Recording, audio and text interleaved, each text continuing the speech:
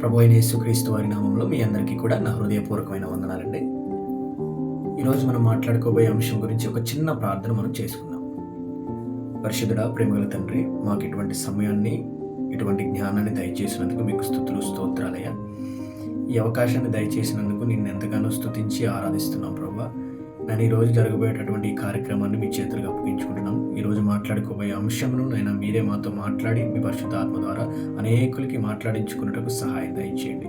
నైనా ప్రభా, అనేకులు ఈ మాటలు విని గైకొని నైనా వారి మనసులో స్థిరపరచుకొని ఆ విధంగా జీవించి అనేకుల్ని ఆ మార్గంలోకి తీసుకొస్తారని నమ్ముతూ నైనా ప్రభా, ఈ యొక్క కార్యక్రమాన్ని ప్రారంభిస్తుండగా మీరే మాతో ఉండి సహాయం చేయమని యేసుక్రీస్తు వారి అతి పరిశుద్ధ నామములో అడిగి వేడుకుంటున్నాం తండ్రి. ఆమేన్, ఆమేన్. మీ అందరికీ కూడా నా హృదయపూర్వకమైన వందనాలండి. ఈరోజు మనం మాట్లాడుకోబోయే అంశం ప్రేమ పరిపూర్ణతకు అనుబంధం. మనం వాక్య రూపంలో చూద్దాం. కొలస్సీయులకు రాసిన పత్రిక 3వ అధ్యాయము 14వ వచనం. వీటన్నిటిపైన పరిపూర్ణతకు అనుబంధమైన ప్రేమను ధరించుకొనుడి. వీటన్నిటిపైన అనగా అదే కొలస్సీయులకు రాసిన పత్రిక 3వ అధ్యాయము 14వ వచనము పైనున్నటువంటి 2 వచనాలు మనం చదువుకోబోతున్నాం. కాగా దేవుని చేత ఏర్పరచబడిన వారును పరిశుద్ధులను ప్రియులనైన వారికి తగినట్లు మీరు జాలిగల మనసును, దయాలత్వమును, వినయమును, సాత్వికమును, దీర్ఘశాంతమును ధరించుకొనుడి. ఎవడైనను తనకు హాని చేసినని ఒకడు అనుకొనిడెడల ఒకనినొకడు సహించుచు ఒకనినొకడు క్షమించుడి. ప్రభువు మిమ్మును క్షమించులాగున మీరును క్షమించుడి. వీటన్నిటిపైన పరిపూర్ణతకు అనుబంధమైన ప్రేమను ధరించుకొనుడి అని అపోస్తులైన పౌలు గారు కొలస్సీల సంఘానికి రాస్తూ మనకు చెబుతున్నారు. దీని యొక్క అర్థాన్ని నేను మీకు వివరించాలని ఆశపడతంలో ప్రార్థనలు, విశ్వాసము, క్రియలు ఇలా ఎన్నున్నా వాటన్నిటినీ కూడా ఏకము చేసేది ప్రేమ. సందర్భానువిషయముగా మాట్లాడుకుందాం. అపోస్తులైన పౌలు గారు కొలస్సీలకు రాస్తూ ఒక క్రైస్తవుడు ధరించుకోవలసిన లక్షణముల గురించి మనకు వివరిస్తూ ఉన్నారు.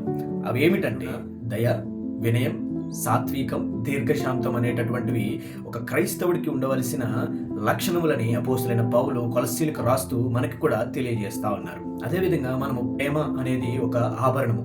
దీంట్లో అపోస్తులుడైన పౌలు గారు ధరించుకొనుడి అనే ఒక పదాన్ని వాడారు. దాన్ని నేను మీకు వివరించాలని ఆశపడతా ఉన్నాను. ధరించుకొనుడి అనగా మనము బట్టలు ఎలా అయితే వేసుకుంటామో అదేవిధంగా ప్రేమను కూడా మన వ్యక్తిగత జీవితంలో అదేవిధంగా చేసుకోవాలని దీని అర్థం. అదేవిధంగా పరిపూర్ణత అనగా ప్రేమ లేని భక్తి, ప్రేమ లేని సేవ దేవునికి ఇష్టం ఉండదు అని మనం తెలుసుకోవాలి. ఉన్నప్పుడే మన భక్తి పరిపూర్ణమవుతుందని కూడా మనం అర్థం చేసుకోవాలి. ప్రేమ యొక్క ప్రాముఖ్యత, వీటిని మనం ఒక 3 అంశాల క్రింద మాట్లాడుకునే అంశం వచ్చేసరికి క్షమించే గుణం. ప్రేమకు క్షమించే గుణం ఉంటుంది. అది ఏ విధంగా అంటే ఒకరి తప్పులు ఒకరు సహిస్తూ క్షమించుకోవడం ఒక ప్రేమ వల్ల మాత్రమే సాధ్యమవుతుందని మనం అర్థాలను క్షమించినట్లు మనం కూడా ఇతరులను ప్రేమతో. అలాగే అంశము 2వదిగా ఐక్యత. మన కుటుంబాల్లో లేదా సంఘాల్లో విభేదాలు వచ్చినప్పుడు వాటన్నిటిని కూడా కలిపేది ప్రేమ మాత్రమే. ప్రేమ ఉన్న చోట విద్వేషానికి తావు ఉండదండి. అర్థం చేసుకోవాలండి బాగా. ఈ మాటలన్నీ కూడా మీ హృదయంలో స్థిరపరచుకోవాలి, బలపరచుకోవాలి. మీ చెవులతో విని వెళ్ళిపోయేలాగా కాదు, కానీ మీ హృదయంలో వాటిని మన హృదయంలో స్థిరపరచుకోవాలండి. చెవులతో విని వెళ్ళిపోయే వారిలా కాకుండా హృదయంలో స్థిరపరచుకోవాలి. 3వదిగా నిస్వార్థము. యేసుక్రీస్తు ప్రభువారు మన పట్ల ఎలా అయితే నిస్వార్థము కలిగి ప్రాణము పెట్టారో అదే విధముగా మనము కూడా ఇతరుల పట్ల మేలు కోరడమే నిజమైన ప్రేమ అని కూడా తెలియజేస్తాంలో. ఇవన్నీ కూడా పాటించాలంటే మనం ఏం చేయాలి?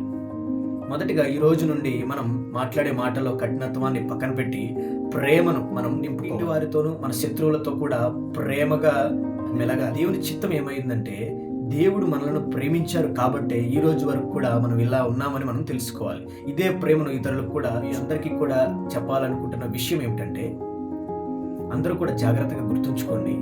ఈ లోకంలో ప్రతి ఒక్కటి కూడా గతించిపోతుంది, కానీ ప్రేమ మాత్రం ఎప్పటికీ గతించిపోదు.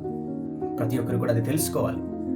నేను ఈరోజు ఆశిస్తా ఉన్నాను మీరందరూ కూడా ప్రతి ఒక్కరి పట్ల ప్రేమ కలిగి జీవిస్తారని, ప్రేమ కలిగి క్షమిస్తారని, మీ హృదయాలు కఠినత్వం నుంచి తీసివేసి ప్రేమను. పౌలు గారు కొలస్సీ సంఘానికి ఒక క్రైస్తవుడు ధరించుకోవాల్సిన లక్షణాలు ఏంటో వివరించారు కదా. అదే లక్షణాలు మనం కూడా ధరించుకోవాలని నేను ఆశపడతాను. అవన్నీ కూడా ధరించుకుని ఈ లోకానికి వేరుగా బ్రతకాలని నేను ఆశపడతా ఉన్నాను. అప్పుడే ప్రభు అయిన యేసు క్రీస్తు ప్రభువారు నీతో మాట్లాడతారని కూడా నేను నమ్ముతాను. హృదయాన్ని తాకాయని ఈ రోజు మొదలుకొని మీరు అందరితో ప్రేమ కలిగి ప్రేమతో జీవిస్తారని, ప్రేమతో క్షమిస్తారని నేను నమ్ముతా ఉన్నాను. చిన్నలో మీ అందరి హృదయాల్లో నింపును ప్రార్థన చేసుకున్నాం. పరిశుద్ధుడా, ప్రేమగల తండ్రి, ఇప్పుడు మాట్లాడినటువంటి మీరు పరిశుద్ధాత్మ ద్వారాగా మాతో మాట్లాడినటువంటి ప్రతి ఒక్క మాటను కూడా ప్రతి ఒక్కరి హృదయాల్లో నైనా రగిలించండి. ప్రతి ఒక్క హృదయాల్లో బలపరుచుకున్నటకు, స్థిరపరచుకున్నటకు సహాయం దయచేయండి.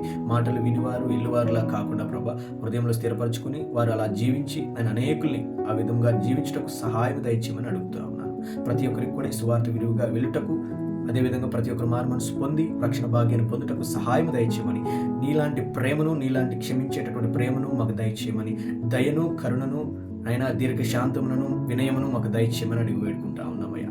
ఈ చిన్న ప్రార్థన మీరు దీవించి ఆశీర్వదించి ప్రతి ఒక్కరిని మీరు దీవించారని నమ్ముతూ యేసు క్రీస్తు వారి పరిశుద్ధ నామములో అడిగి వేడుకుంటున్నాం తండ్రి. అందరికీ కూడా మరొకసారి నా హృదయపూర్వకమైన వందనాలండి.